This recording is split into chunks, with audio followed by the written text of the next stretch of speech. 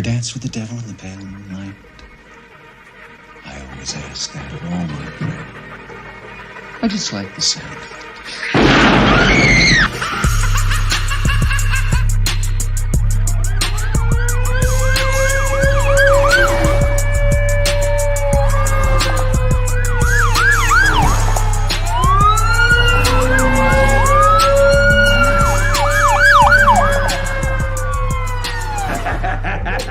How about it, you creep, you lunatic?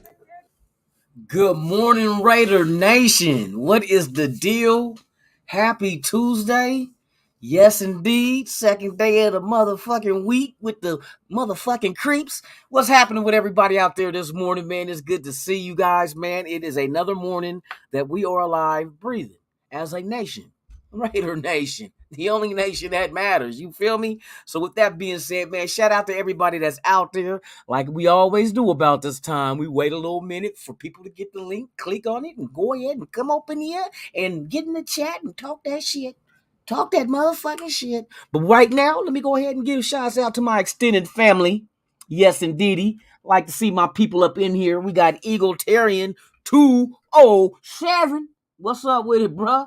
Dominique 5, my guy, what's going on? NorCal Raider Jesse's in the house for real. And the house is packed. Van City Raider, yes, indeedy. Good morning to you, my guy. Good morning. Eugene Powell, salute to you, man. Salute. Yes, indeedy. Yes, indeedy. It's another day, another dollar.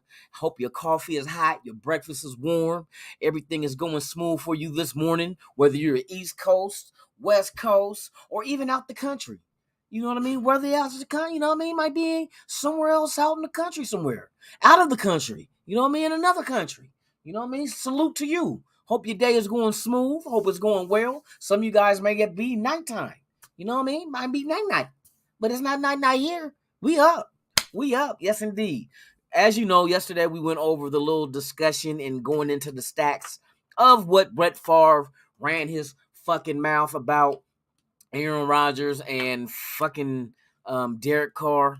And we had to show and prove that some bitch don't know what he talking about. Some bitch don't know what he talking about because the numbers said otherwise. It said otherwise. It showed Carr being a good quarterback. And in comparison with Aaron Rodgers, is outdoing Aaron Rodgers. The only thing that Aaron Rodgers has a leg up on Carr in is total touchdowns and less interceptions, which comes to the fact that your receiving core. What kind of receiving core do you have? Do you have a number one wide receiver?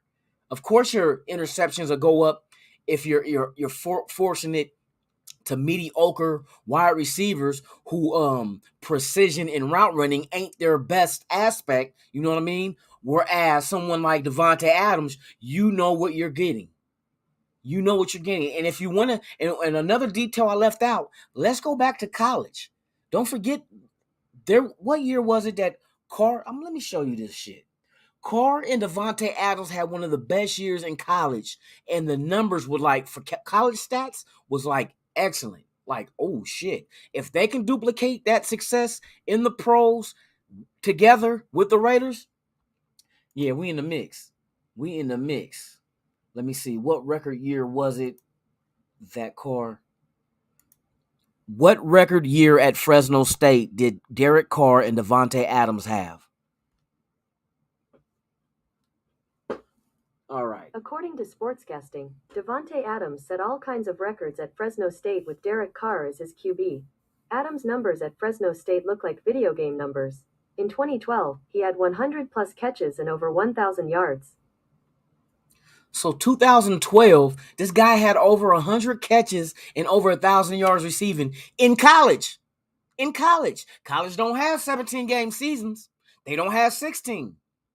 You know what I mean? But him and Carr put up numbers. Now, Brett Favre want to talk about what Davante Adams should be grateful that Green Bay and he had Aaron Rodgers there. But you seem to forget, Davante Adams was already killing it in college before he even stepped foot in Green Bay.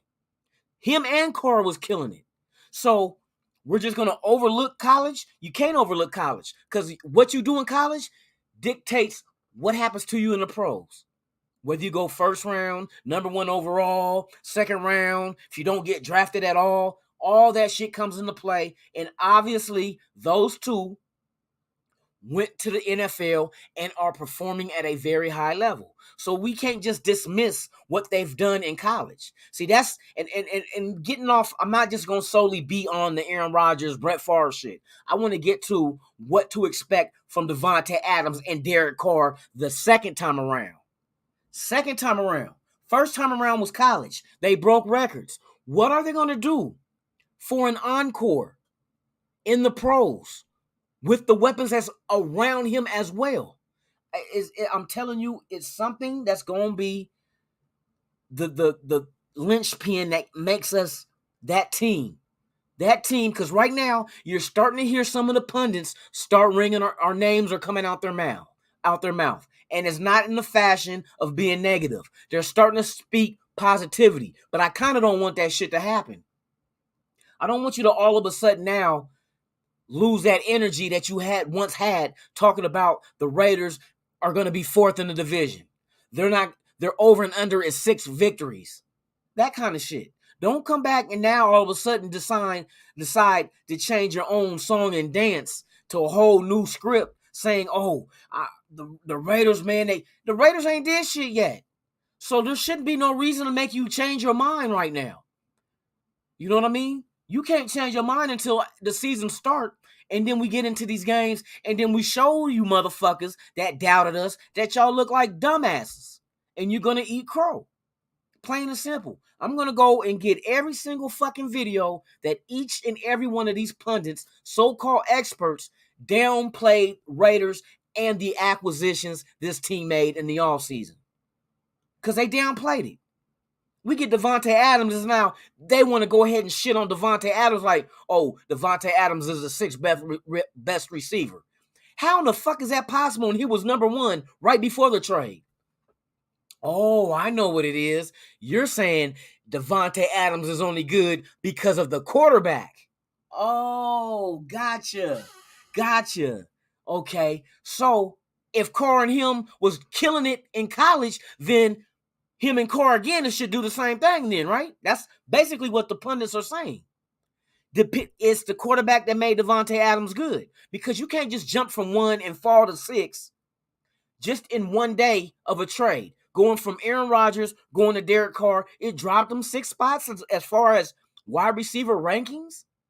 Nah, that's what hate does. Hate does that shit. See, and what I'm seeing from my angle of view, you hate the Raiders because the Raiders got him. We got Davante Adams. See, it's like these motherfuckers want the Raiders just to be bad forever. They just want to be bad. But you know what?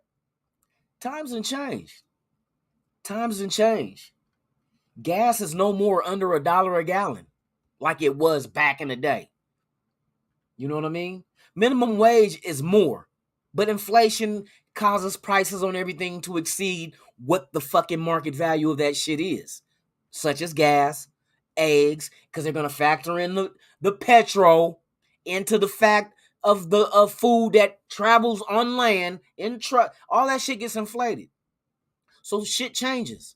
So I know, yeah, you hate us, but you know what?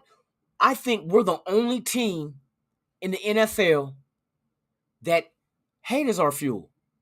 You know what I mean? That's why I want to bring up petrol and fuel. Hate is our fuel. You hate Derek Carr. Watch Derek Carr get in that ass this year. Matter of fact, I want y'all, hey, fuck you pundits. Raiders don't like you. Slap you with 9 inches of limp dick.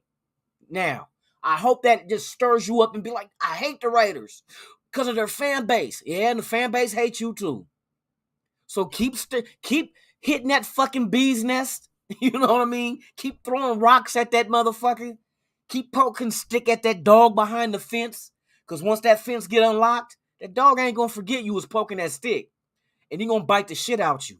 And I'm speaking of Derek Carr, a former Bulldog, Davante Adams. You don't think Davante got Derek Carr's back?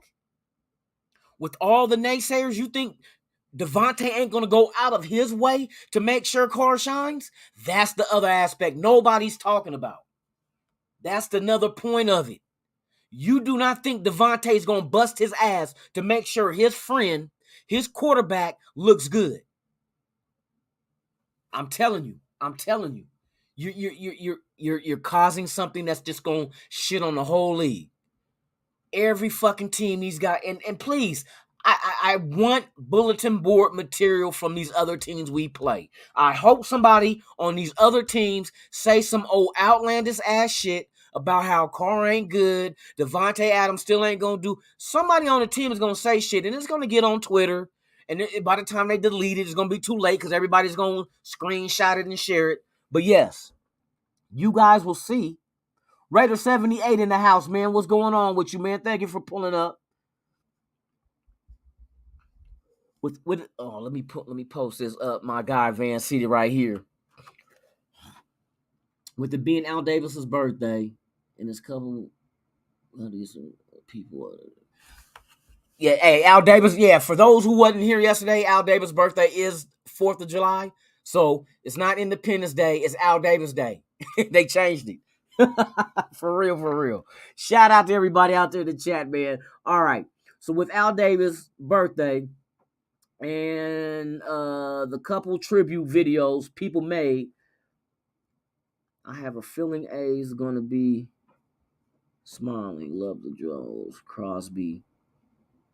Yeah, you know what? Yeah. It's going down, man. It's going down this year. You know what? Like I said, we're never the team. And they showed us last year, towards the end of the season, with all the bullshit that was going on with this team. Did that team fold? That was another instance where everybody came together and refused to let each other down. You know what I mean? Because people was doubting us. You lose your coach, you lose your number one receiver, you lose this guy and all this other shit. Then you got a special teams coach take it over the team, and you know what I mean? And it's like, we weren't supposed to make the playoffs in that kind of. Now, let me change that. We're a different fucking team. Any other team would have not made the playoffs if that would have happened to them. Any other of the 31, none of them would have succeeded like we did. So this team is the kind of team where no matter what you throw at them, adversity, you know what I mean, roadblocks, speed bumps, they're going to find a way to get through and over it. Because they showed us last year. They had to win those last 4 games, or any one loss of them would have had them on the sideline during the playoffs. Now, they have their taste. And see, here's another thing with this team, I believe, because this is the kind of character a team like this has. The same kind of team that adversity pushes them to success rather than hold them back is also the same team that once they get a taste of what playoffs are like, getting there, not winning, what you think the following year? And you upgrade the team with additions. Oh, and the people that you kept on the team were all solid leader type individuals. So you didn't keep riffraff on the team and questionable characters and so forth. You kept players that are legitimately considered leaders on this team. Because those are the teams that led this team into the playoffs last season with all that shit happening. So now you get a team like that with that kind of character, that kind of mind frame. You also give those kind of players a taste of what it's like, what success could taste like. The first time they ever been to the playoffs as that team. And with all this shit that they know, after all that shit we went through and we got there, oh shit, we about to win it all next year. I know the mentality. Because now they know they can do it. They know see, this is the thing. When you got a new team that's never had success at winning, what's the thing that they tell you this team must learn how to do? They must learn how to win.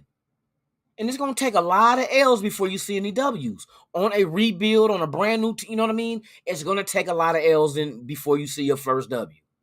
But the difference with this team is our coach didn't get fired because we only won 2 games. We ain't made the playoffs. We sucked ass. It's because of an old email.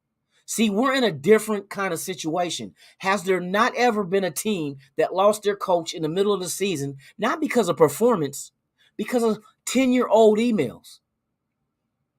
And then you had to replace them. You know what I mean? And I seen what Mark Davis did with replacing him with Biasha, because he did not want to disturb the offensive calling and the defensive calling. He wanted those defensive coordinators and offensive coordinators to stick with what they're doing and not try to balance being a head coach as well. Special teams guy, hey, he's a hell of a person, guy. But a coach, he even said it himself last year when he took over. Well, how are you going to approach this? What are you going to do? He said, what I'm going to do is I'm going to let the offensive coordinator run the offense, and I'm going to let the defensive coordinator run the defense. He's delegating that responsibility. He's not getting involved because he's not a defensive coordinator and he's not an offensive coordinator. So, and just like Mark Davis said once before, the thing that he does know is the shit that he don't know. He knows what he does not know. So he knows that he's not an offensive play caller or a defensive play caller. He's a special teams coach. So let the guys that do know it, you delegate it. No difference in what a supervisor does at work. Supervisor ain't supposed to do shit but delegate tasks to the employees. And that's what he did. He's good at management. But as far as being a head coach, that is something he's not. He's not. It fell on the shoulders, because we know, come on now, we know it was all on the players that made that team go last year. None of us liked it, the defensive coordinator. Nobody liked it, the offensive line coach. Nobody liked the offensive coordinator. We didn't like none of them guys. But yet this team went into the playoffs on a 4-game win streak. Without a coach, without Ruggs, without, you know what I mean? So that told me right there, it was not about the coaches, because we knew the coaches sucked ass. That's why none of the motherfuckers is here. If you was that good, I'm pretty sure a new regime would have kept you. You can't say they didn't, because they kept the wide receiver coach. Who's the wide receiver coach? Edgar Bennett is still the wide receiver coach of the Raiders. They kept him from the previous regime. So if you're good enough at your job, you would have been kept. You would have been kept. And since Edgar Bennett did so well with Renfro and Waller, and even the little pieces we had at wide receiver that's not like star quality, they produced under him. Zay Jones did a hell of a job last year under him, but he's not a number one receiver. Hell, Jacksonville signed him, and he's still not a number one receiver in Jacksonville. Jacksonville? You couldn't be a number one in Jacksonville? Oh, because you got Christian Kirk from Arizona as your number one. That's why he got 20-something million, and Zay Jones only got 10. That showed you right there who's your number one and who's your number two. So, but we had him as our number one because that's all we had. But it worked. So Edgar Bennett is doing something to make this shit work at wide receiver. So that's why they retained his services. Now, if you were a good offensive coordinator, you probably would still have a job with the Raiders. If you were a good defensive coordinator, you probably still would have a job with the Raiders. But the new regime came in and kept who they thought could still do their coaching job and get good production out of the players and bring in their own people to fill the other voids. So, and that's what happened. Gus Bradley was not staying. You know what I mean? We didn't like Gus. Gus was a bend, don't break. Don't attack the play. Let the play come to you. After that, it's a first down. Fucking 4th and 23 and you standing back 25 yards. How the fuck that work? Letting motherfuckers get first downs on 4th and way long. You know what I mean? 3rd and way long. How the hell do you let that shit happen? Don't worry, just wait there, and when the play come to you, you wrap them up. What, after the first down? Because that's what the fuck they was doing. Wrapping them up after the first down. Yes. Hey, shout out to 2 Red Rings. Thank you for pulling up, my guy. Hey, we the people's in the house, man. Thank you for being here. Be Al, for real. Thank you for being here, man. Yes. But you got to remember, Edgar Bennett came from Green Bay. Now, I'm going to show you where the lines cross with him. See, we got shit. I think he was there. Let me check. Edgar Bennett Wikipedia. But I remember him as a running back with the Packers back in the day. But then after he's done playing, he became a wide receivers coach. But he was coaching in Green Bay as well. Let me see his. Yep, he was in Green Bay as a player and as a coach. As a coach, 2005 to 2010. He was in Green Bay as a running back coach. From 2011 to 2014, he was the wide receivers coach. And then with Green Bay from 2015 to 2017, he was the offensive coordinator with Green Bay. So when Green Bay won the Super Bowl, Edgar Bennett was the wide receivers coach. Wide receiver coach at that time. And then most recently when he was with them, he was the offensive coordinator. Now he came over to us as the wide receiver coach. And that was since 2018. He's been with the Raiders since 2018. So this is his 5th year. So when you do that well with developing players like he has, because look at these last 2 years. Like last year, Zay Jones was our number 1 receiver out of default. The year before that, who got off last year and then ended up going and getting the money with New England? And we're talking about maybe we can get him back. That was under Edgar Bennett as well. So what he has done with what he had is remarkable. He made these guys do good, and then they go off elsewhere and they don't perform. I think Edgar Bennett is one of the glue guys for the wide receiver position. So that's why you kind of rewarded him with the free agents we went out and got this year. You know what I mean? The Mac Hollins. You know what I mean? The DeMarcus Robinsons. You know what I mean? The what you call it? I mean, you gave him here. What can you do with this? And I think Edgar Bennett is gonna. That wide receiver 2 spot. Keep your eye on that shit. Keep your eye on that shit. Wide receiver 2, keep your eye on it. I want to see how Bennett go ahead and get these guys acclimated to the offense. You know what I mean? He has Davante Adams now, Winfro. You got and there's no tight end coach if I'm correct. So what? They got the tight ends working with the wide receivers now? Is that what we're doing? Because I don't think we have a tight end coach. I do not think we have a tight end coach, so I think they might just lump them under the wide receivers. Am I correct, you guys? Shout out to Michael Guerrero, man. Thank you for pulling up, for real.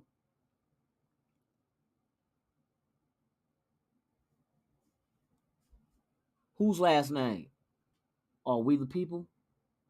Oh, Nelson Aguilar. We figured it out. Yeah, Nelson Aguilar. You see how he did with the same quarterback Carr. And these guys ain't elite wide receivers, but they produced for us, though. They did produce. You know what I mean? But the combination of Carr and Edgar Bennett, right now you had to keep Edgar Bennett because look at the magic he's working. And now I think, let me ask you, chat, do you think currently with the wide receivers that we have in the wide receiver room, do you think that group is way better than last year's group of wide receiver? Because I got a feeling, I think so. I really believe that. He said McDaniels is probably the tight end coach. Shit. Fuck it. Throw the tight end. Well, it depends on what tight end it is. Like, you know what I mean? They all got, like, Waller is going to be asked to do different shit compared to Foster Moreau. You know what I mean? But Waller, I'd put Waller with the wide receivers. He used to be one. Put him with the wide receivers. Let Edgar get his hands on him. Fuck it. Make a tight end do all the shit a wide receiver can do, which he can. That's why he's a mismatch, because of that factor. You know what I mean? And we use it to our fucking ability. Night and day, exactly. Night and day. See? So now, if you say that our receiving group is better than last year's, and you seen what Edgar Bennett did since the time he's been with us, look what he's done. He's worked miracles. Because Aguilar went to, what was Aguilar? You know what? Let's do this one. I never really dug into Aguilar's stats between last year and the year before. Nelson Aguilar, Wikipedia. So I don't know why I never looked at this shit. I like comparing shit. You know what I mean? I like to see and then factor in what's different. What's different with this team compared to that team and the offenses and the coordinators and the coach. You know what I mean? Why did you either you outperformed what you were expected to do or you underperformed? So with Nelson Aguilar, we had him, 2020 season with the Raiders? Let me see. Let me go. Las Vegas Raiders. March 23rd, 2020, Aguilar signed a 1-year contract with the Las Vegas Raiders. Yep. 2020, we signed him. So let's go. Let's look at why I never did this shit. All right. So Nelson Aguilar in 2020. And this is not a fucking, that's sad. Not sad like in bad, but I'm sad as, okay. So here we go. Let me show you this shit. You know what?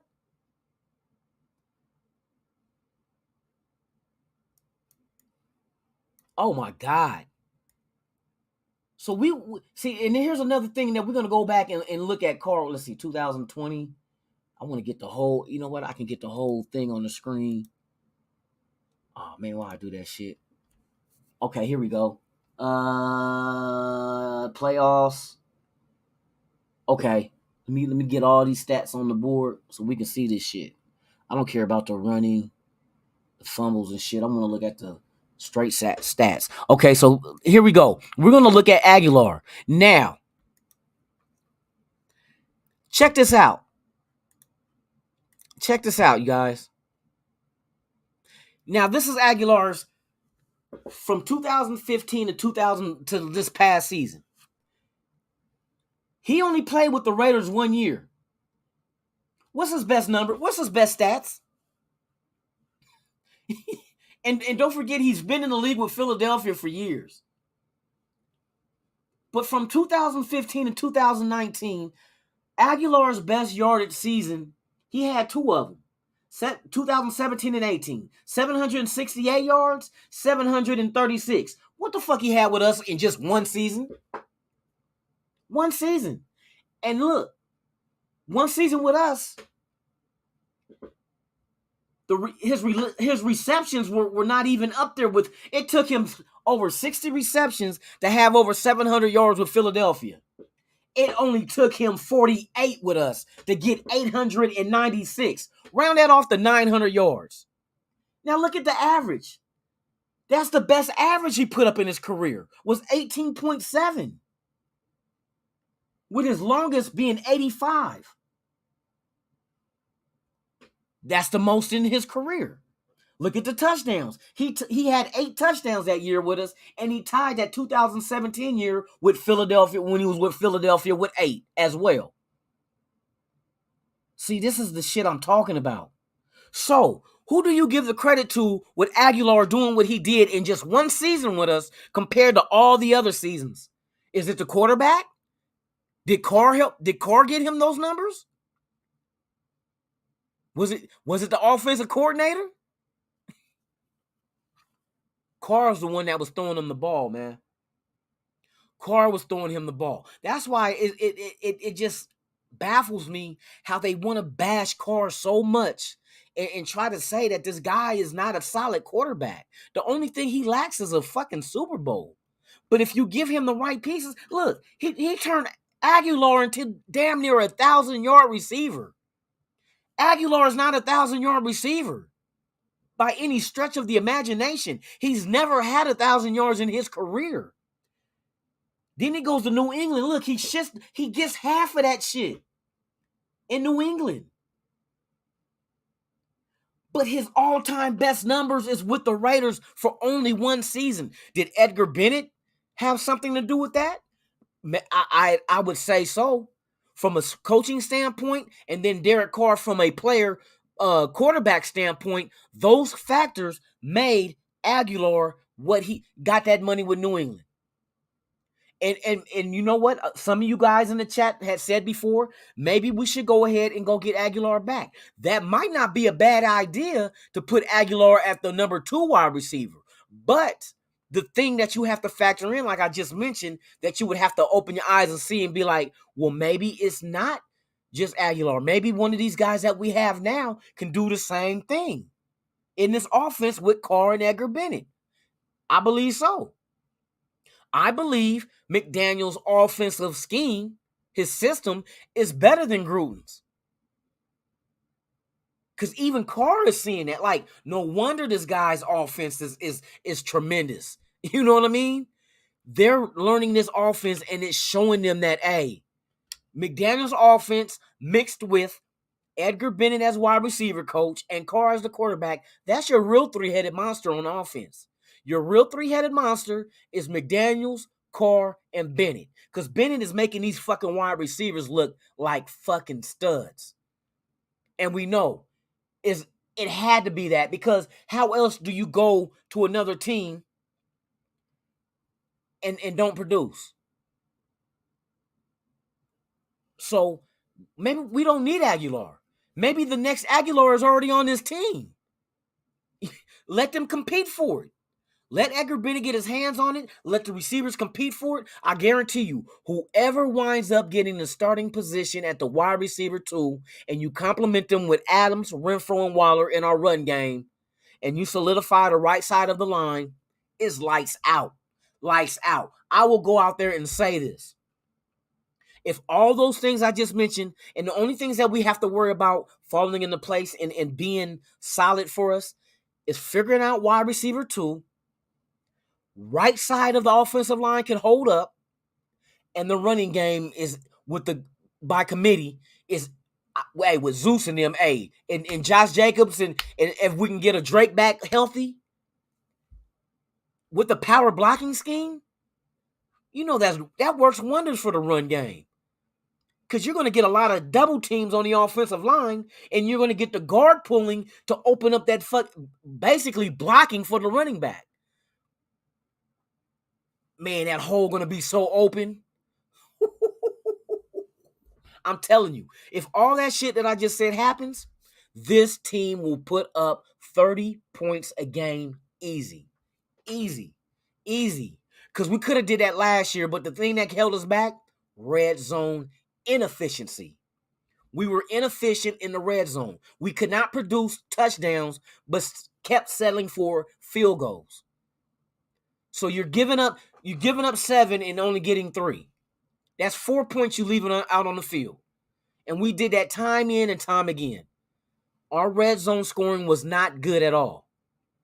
But with the additions that we have made, with coaching, with players, that should end all. If we can go down, because look, in order to even get in the red zone, you had to drive the ball. So obviously we were driving the ball just to get into the 20-yard red zone. So moving the ball was nothing for us. We just couldn't finish it with the touchdowns we needed. I believe 30 points an average with this fucking run, with this team, with that offense, and these receivers and run game. Don't be surprised if they go over. That's why I said the best show on grass. The best show on natural grass will be the Raiders this year.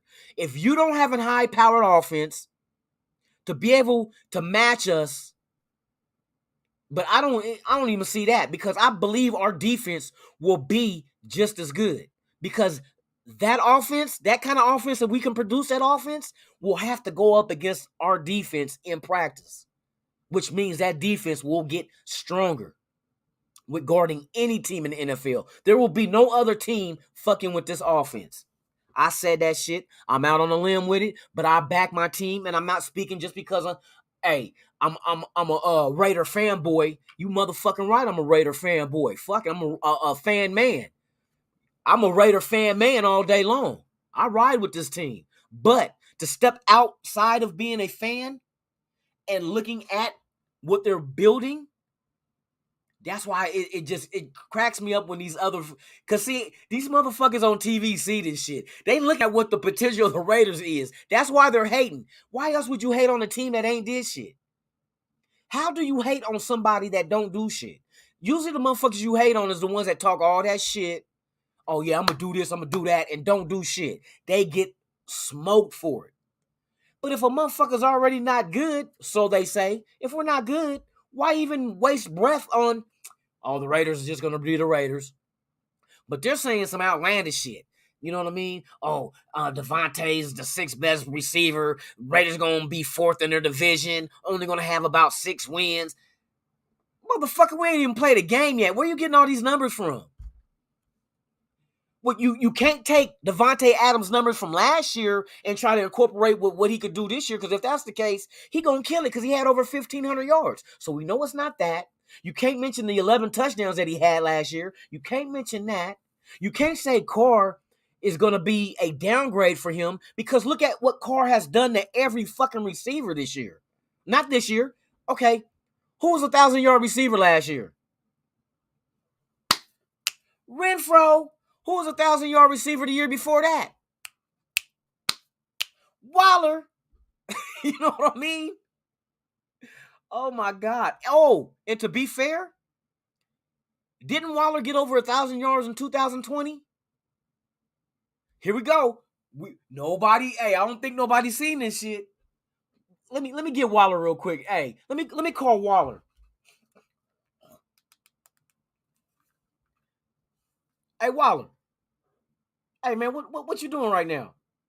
Hold on, I'm about to look up your Wikipedia. Darren Waller Wikipedia. Yeah, man, you remember back in 2020? Yeah, man, what was the stats that you was putting up for the Raiders in 2020?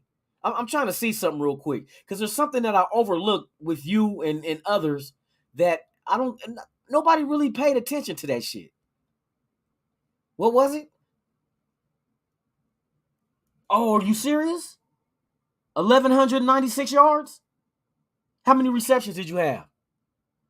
107. Yeah, we see it right on the screen. Yeah, thank you, Waller. Yeah, I had to get off the phone with my boy Waller, you know what I mean? So, what you mean to tell me is, I love this shit.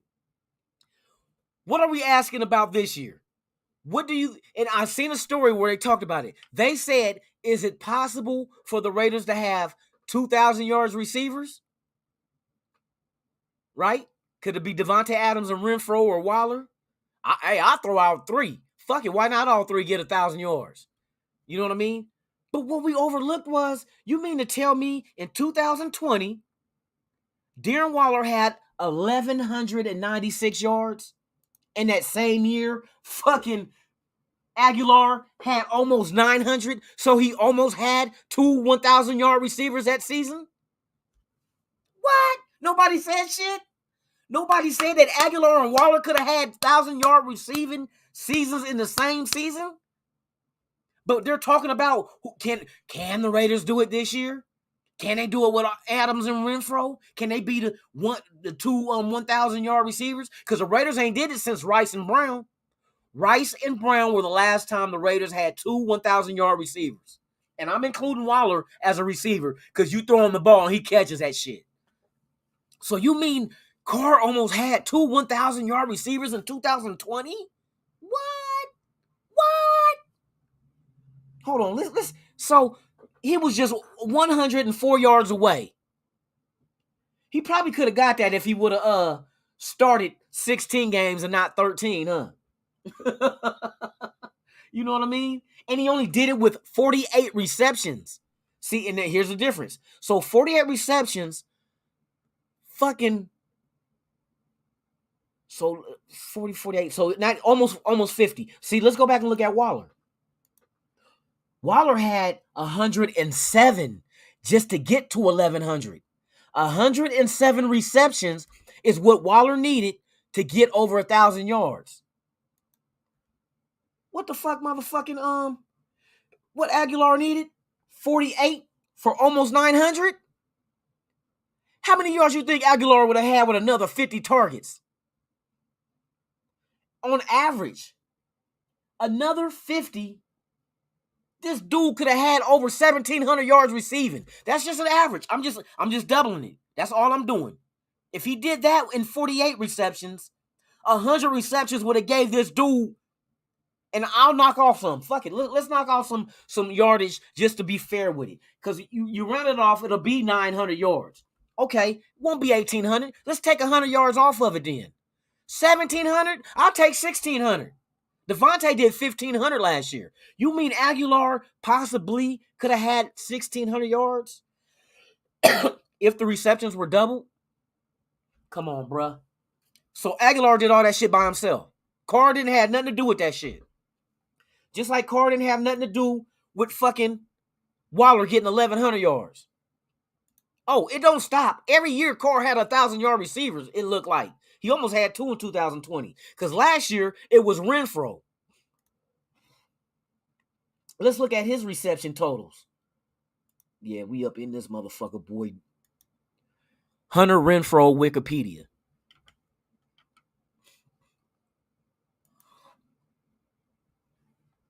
So basically, on average, Aguilar did better than Renfrow and Waller. But we know he's not that type of receiver, though. Okay, so let's go to... We know what he did in 2021, because we're going to look at this shit right here, regular season. Look at Renfrow. It took 103 receptions for Renfrow to have over 1,000 yards. 103. Waller, 107. Fucking Aguilar only needed 48 to damn near have 1,000? Come on, bruh. Come on. Now we got Devontae, Renfrow, and Waller, and whoever wins number 2, it's going down. It's going down. And people want to doubt that the Raiders can average over 30 points a game with receivers like what Carr is doing with this. Now he got Adams.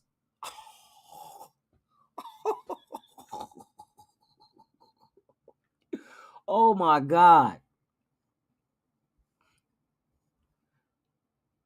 Hey, you know what, Egalitarian? It's not arguably. It's facts. It's facts. Because, okay, name top 3 tight ends. Right? We'll put him in there with Kelsey and dude from the Niners. Let's Kittle. Let's say that. Out of all 3 of those, who has the most athletic ability that really changes the dynamic of the tight end position? That's all you got to do. That's all you got to do. Who changes? See, there's nobody in Kansas City with Kelsey to have a defense be like, man, I don't know if we should put a corner or a linebacker on him. He ain't fast enough to beat a linebacker. He's tall enough to beat a corner, but shit, you just put a linebacker on him. Same with Kittle. Kittle's athletic, but he ain't Waller athletic. You ain't gonna see nobody debating on should they put a linebacker or a corner on him. And that's where Waller's mismatch is. It don't matter what you do. It don't matter unless you can find you a linebacker that's 6'6" and can run a 4.40 and can cover, then that team don't have to worry about the mismatch. Oh, we got a linebacker for him. But until you find one, you got problems. You got problems. Yes, you do. You got fucking problems.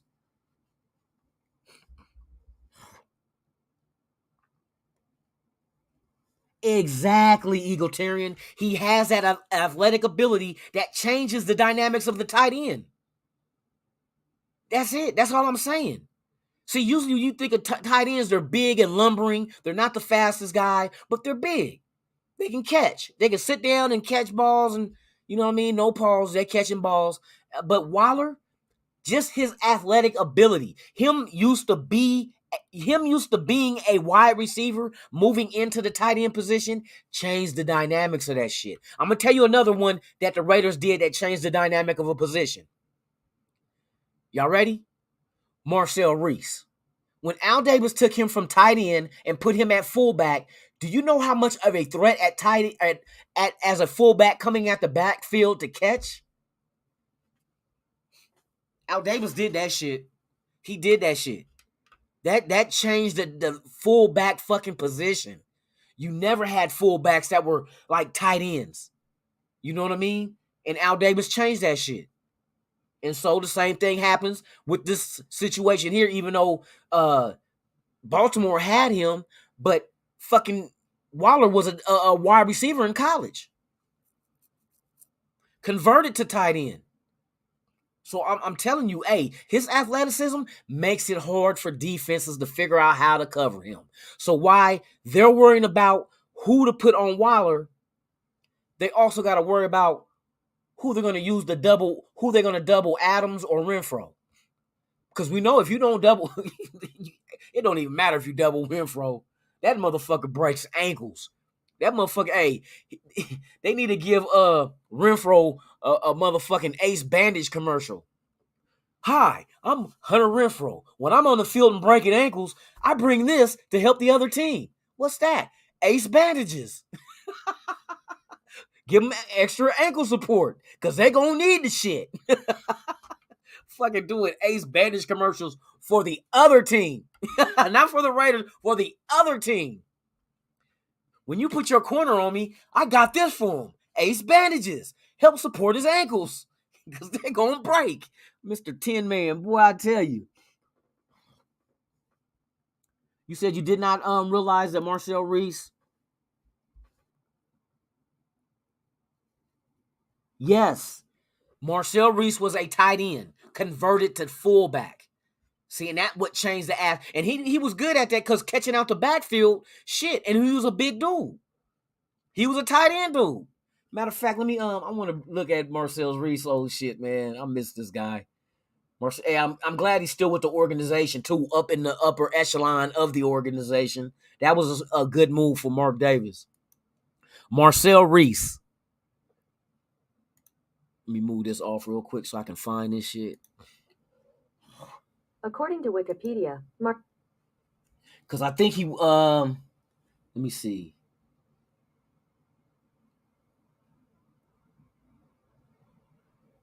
Yeah, because we got him from the Seahawks.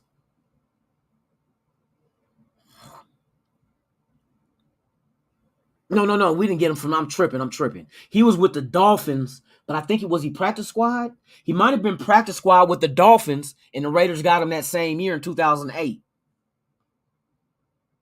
And played with us ever since, man, for 8.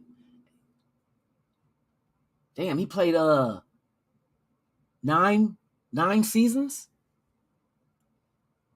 He was all-pro, second-team all-pro. He was a 4-time Pro Bowler. But yes, Marcel Reese was a tight end. Let me see what the fuck.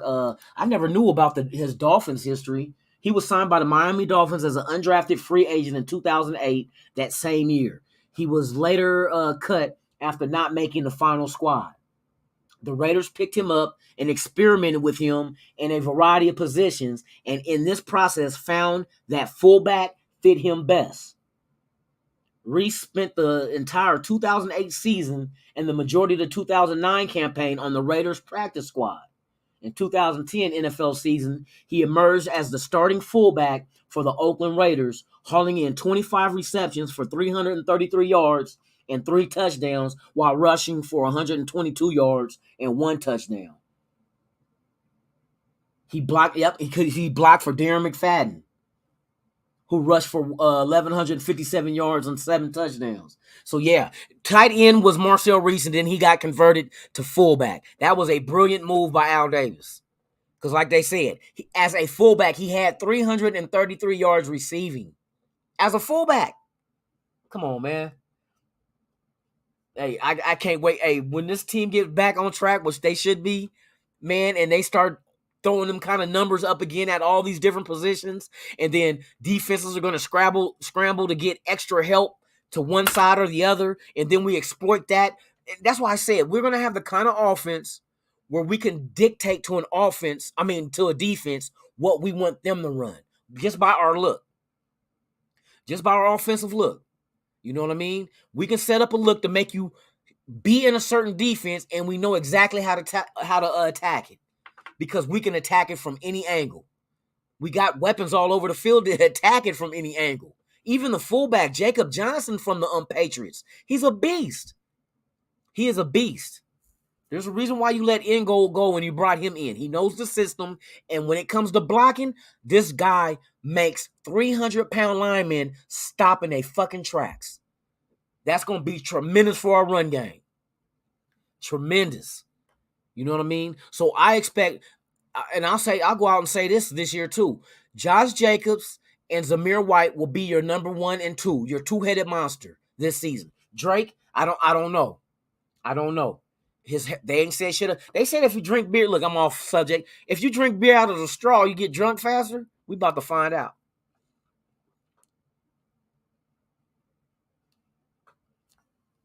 Oh, it's cold too. But man, we got weapons, boy. Oh, Keenan Cole. Hey, look. Let me tell you this, Raider Down Under. That's my key battle. Keelan Cole and DeMarcus Robinson. I say, just imagine this. Without even, saying who you want to win it. Can you imagine that fucking competition? Imagine DeMarcus Robinson and Keelan Cole battling out for that number wide receiver. And then you got a sleeper in Mac Hollins. Because Mac Hollins is 6'4". I'm telling you, even if he don't get the job, you get in the red zone and you use Waller, Mac Hollins, and fucking Davante Adams in the red zone. You got 6'6", 6'4", and then what's Davante, 6'3"? Is Davante Adams 6'3"? Davante Adams. I gotta figure out what his stature. I thought he was 6'3". Davante Adams. Davante Adams is... According to Wikipedia, Davante Lavelle Adams is an American football wide receiver for the Las Vegas Raiders of the National Football League. Oh, he's only 6'1". He's 6'1". But still, beating his man off the line of scrimmage, especially if it's man on man, he gonna eat his ass up. Renfro, same thing. Renfro ain't tall, but he'll eat that man up off that line of scrimmage unless they back up and try to give him 5 yards. But even then, you catch that motherfucker on a quick slant. He gonna make the defender think he going this way. Boom, he gonna cut right back. Get hit in stride. It's a wrap. It's a fucking wrap. Who? Davante Adams is a mismatch for most. No. I agree with that, Eagle Terry. He's a mismatch. Yeah, for most. You damn near say all. Hey, Courtney, yes. That's why I said that's one of the things I'm watching for in preseason. I'm listening for it in camp, but I'm watching it in preseason, is the battle at the wide receiver 2. Because that shit is going to be nuts. I promise. You take my word. That competition, that means everybody that goes out there, and then I want to see also with those receivers being able to work with the ones. You know what I mean? Let them be out there with Davante and Renfro and Waller. That's why I said I don't want the starters playing whole games, but let them get a series. And then if you do a dress rehearsal in the third preseason game where they can play a quarter or maybe a half, let these other guys, especially at wide receiver 2, put them in with the ones, see how they do. You know what I mean? Let them all get an opportunity to work out with the first string. Because I want to see, because it's all about how they complement Adams, Renfro, and Waller. Not how Waller and them complement him. It's not that, no. He's the number 2 wide receiver. Can he complement, does he fit in the scheme with these guys around him? That's what I want to see. And that battle is going to be fucking fantastic. Fantabulous. It will be a fantabulous competition at the wide receiver 2 spot.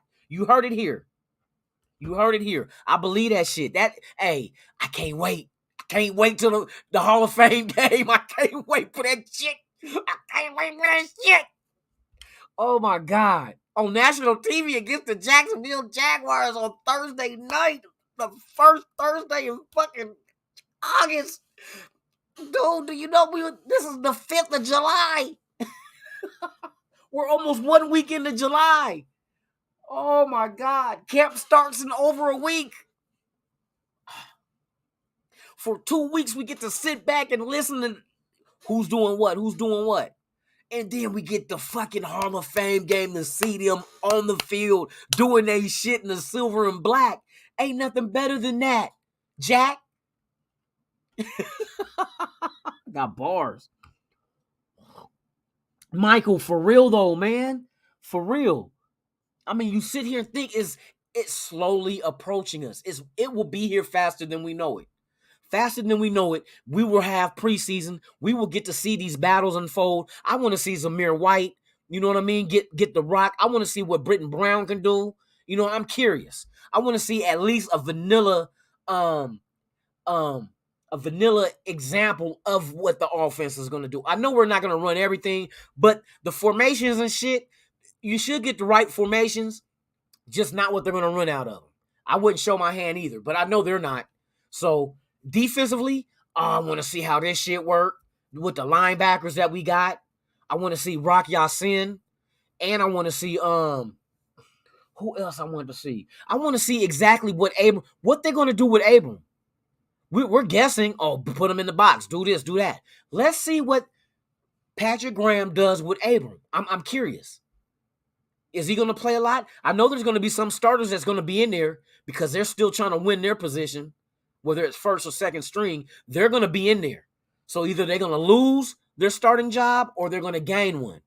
So that's going to be very interesting as well. I want to see what they do with Abram. I want to see the running backs, what they can do in this system. I want to see Zamir White, because I'm pretty much sure that fucking Josh Jacobs ain't going to play. You know what I mean? If they had a slight injury or something that they were, kind of like, hey, you need to shut it down, bruh. But Zamir White going to get the load. And if this motherfucker getting preseason and breaks off chunks, I'm talking about 20, 30-yard type chunks, or even taking it to the house. Oh, my God. Oh, my God. And Zamir White kills it in preseason. Josh Jacobs, you have been warned. And it can still work out for our benefit. Because that means Josh Jacobs in the regular season is going to have to bust his ass to, not let this young dude, even though it might just be 1 year he's here, while this year is now, he's going to have to bust his ass to keep his job, which just means we're going to get good production. These motherfuckers going to be firing on all cylinders. My God. It should be illegal to build an offense like this. Take McDaniels to jail. This motherfucker got Nas and all this other shit built into this offense. You're not allowed to use Nas in fucking offensive schemes in the NFL. That's almost like a player taking growth hormones. You know what I mean? Performance-enhancing drugs is what you're building this offense to be. Because it will be an offense on steroids. I'm telling you. I don't know. I know I sound biased. I probably am. I'm going to give a fuck though. It's Raiders on mine. But can you think, step out of being a Raider fan. Just be a football fan right now. Can you scour the league and obviously look at, count us out, so we'll just say 31 teams. Out of the 31 teams besides us, what offense right now for this season do you feel is as deep and threatening as ours? What other offense? Can't say Kansas City because they number one threat. Their threat and number one wide receiver is gone. And Juju Shitster ain't gonna come and do shit. He ain't saving the organization. You know what I mean? He ain't gonna do shit. But there's no other offense I see that's fully loaded. Like one receiver, two receivers, slot receiver, wide receiver, or no, tight end, running back, fullback. What other team out there is like a mirror of us offensively? Do you know of any? And that's including the quarterback. What Carr is right now, whatever team has weapons like we have, look at the quarterback as well. Is the quarterback able to be threatening with the weapons he has? Because I tell you what, if I wasn't a Raider fan, I was just looking at these teams, Raiders scared the shit out of me. If I wasn't a fan of another team, Raiders scared the shit out of me. because we're like right now, the question I'm asking is there another offense that can mirror us, put out the same production that we can? But the other side is the other team's defense. Is there a defense that's deep enough at corner with quality corners to be able to match up with everybody that we have weapon-wise on this offense? Or do they get kind of shallow after the second? Like you got two good corners, but the third and fourth corners in your rotation are a complete drop-off compared to 1 and 2. Because if that's the case, number 3 and number 4, they getting smoked. They getting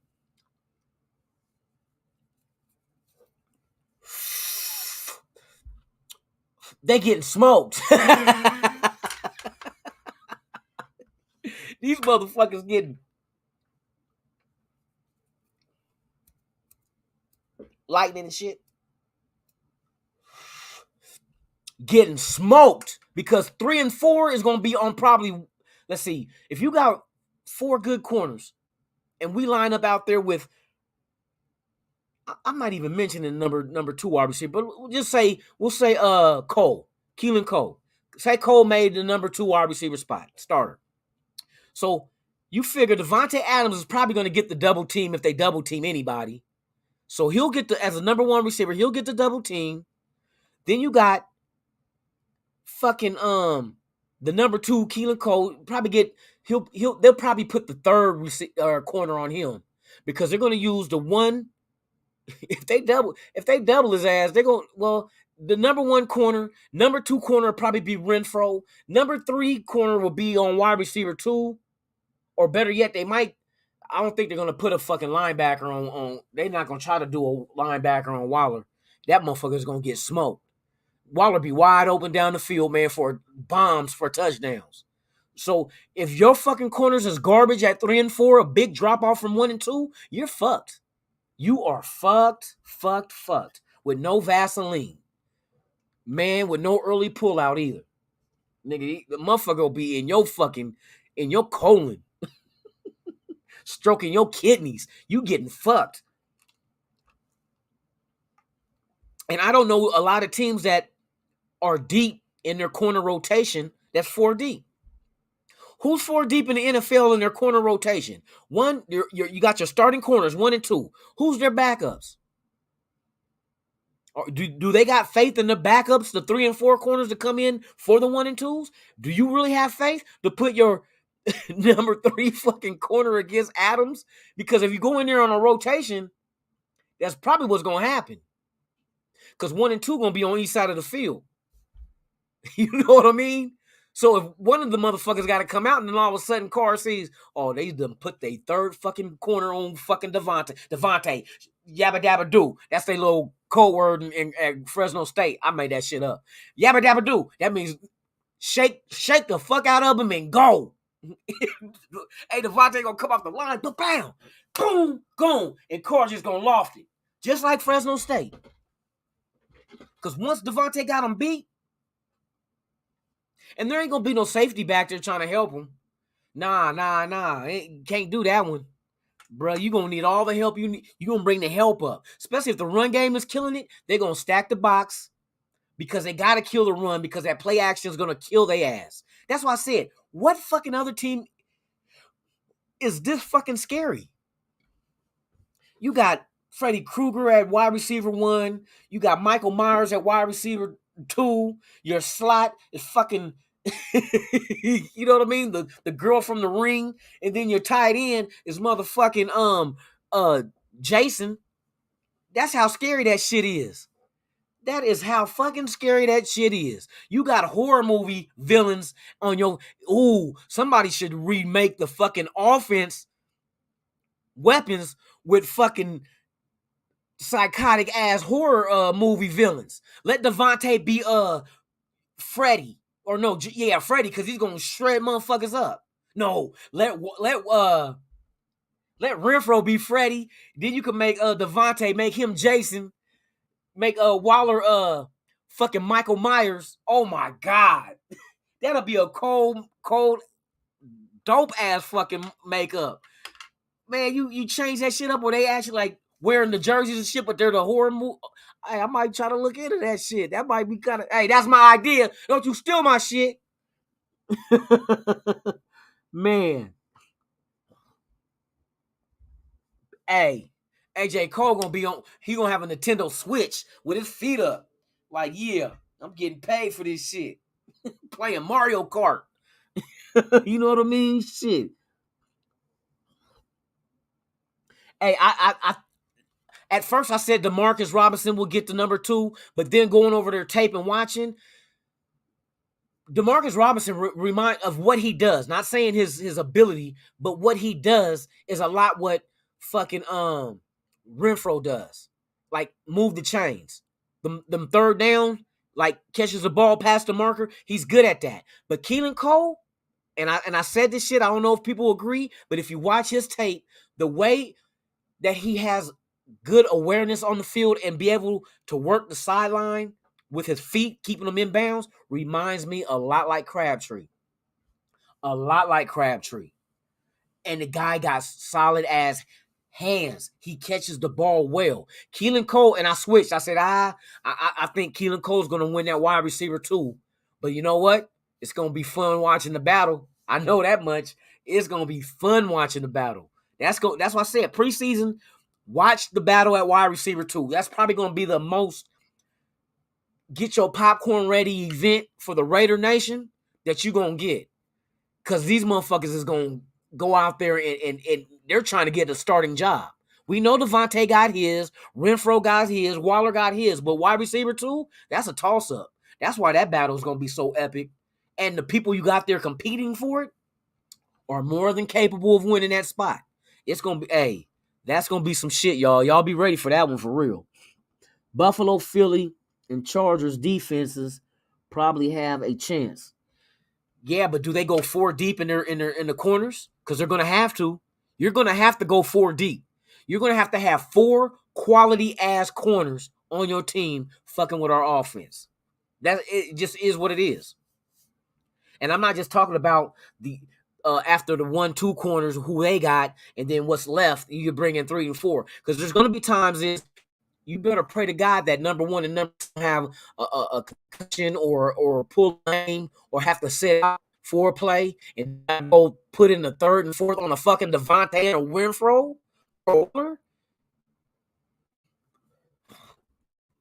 You just gave up a touchdown. You just gave up a touchdown. That's what's going to happen. For real. He said crab legs and coleslaw. Hey, for real though. It's going to be very interesting, you guys, to see this shit, man, and I can't wait. I can't wait, and I know each and of you guys can't wait either. But yeah, man, we're getting real close. I can't wait.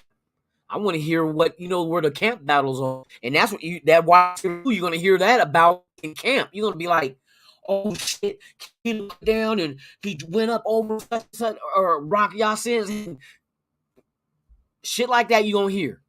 Demarcus Robinson, oh man, he's killing it. Hey, we're gonna see. Oh, Zamir White, that motherfucker. You know what I mean? Hey, it's gonna be exciting. I can't wait. It's gonna be more content for us content creators to put out there, to cover, and I can't wait. I can't wait. So with that being said, man, yes, I'm done this morning. Be here again tomorrow morning, 7 a.m. We'll go over some more shit. 7 a.m. Pacific, 10 a.m. Eastern, same Raider time. Same Raider channel, Raiders Allegiance. It's the Good Morning Raider Nation show with yours truly, Lunatic Raider. If this is your first time here, to the viewers, please do me a solid. I'm not telling you to spend money. Just subscribe to the channel. I don't have memberships. I'm not monetized yet, but I'm working my way there. Right now, I have 663 subscribers, and we're still climbing. Please like this video, subscribe to this channel, hit the notification bell so you can be notified of all the content I release, because we got a lot of stuff coming, and it's almost time to start dropping these shows in August. So I'm starting with the home preseason games. You will get From the Shield to the Grill, which is the tailgating show that I'm doing, as well as Silver and Black Ink about tattoos, the Raider Nation tattoos, as well. Also, the third show is Raider Rides, where we get to do a show on the rides of Raider Nation, the immaculate paint jobs on there, the wraps, all the Raider theme type cars, trucks, whatever they got going, we there. We there. So I'll be there at the home games filming these shows and look forward to having them aired here on this channel this season. So that's why you want to hit that notification bell. Also, Friday nights, me and Dirty Raider are putting together a show called The Dirty Lunatic Show. I don't want to go into details as far as what is going to pertain, but guarantee you, if you want to laugh, have fun, Raider content, we're doing it Friday nights. We're probably starting a couple of weeks, the first episode. So hit the notification bell, not just on this channel, but Dirty Raiders channel as well, because we're going to find out the way to simulcast on both channels at the same time, or we're just going to take a each one does the show every other week type shit. It all depends. But if we can get the simulcast working, we got shows coming for you guys this season. We're doing it big, y'all. I want you guys to be a big part of this. Enjoy it. Get your laugh on. Man, get your information, your Raider news, your Raider rumors. We're going to do this shit right. You know what I mean? It's all about the nation, the Raider Nation. So like I always say, without you, there's no me. And without us, there's no nation. There's only one nation, and that's the Raider Nation. I'd like to thank each and every one of you guys who have pulled up and spent your morning with me. You could have been doing other things, but you chose to come here and hang out with your guy, man, and I appreciate that, and I salute you guys. You guys are the real MVPs of this channel, and that's why I did this channel for us, the Raider Nation. You know what I mean? So I'd like to thank each and every one of you guys. Same with you guys watching. You don't have to partake in the chat if you don't feel like it. It's cool, though, to have you here and have you guys entertained and getting knowledge of this Raider shit out to you guys. You know what I mean? So feel free, Monday through Fridays in the morning, this show, Raiders Allegiance channel, Good Morning Raider Nation, is going on. This week, though, there will not be a show Thursday or Friday or a Saturday night show. I will be out of town. I might pop up, though. That's why I hit that notification bell. Hit that notification bell, because I might pop up and just do something out of the blue. Who knows? Who knows? It all depends on what I feel like.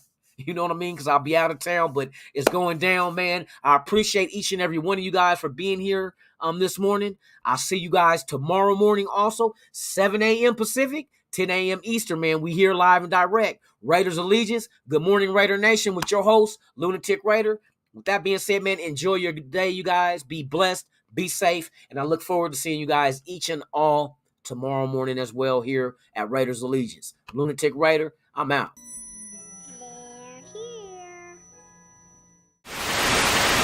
You ever dance with the devil in the pale moonlight? I always ask that of all my prey. I just like the sound of it.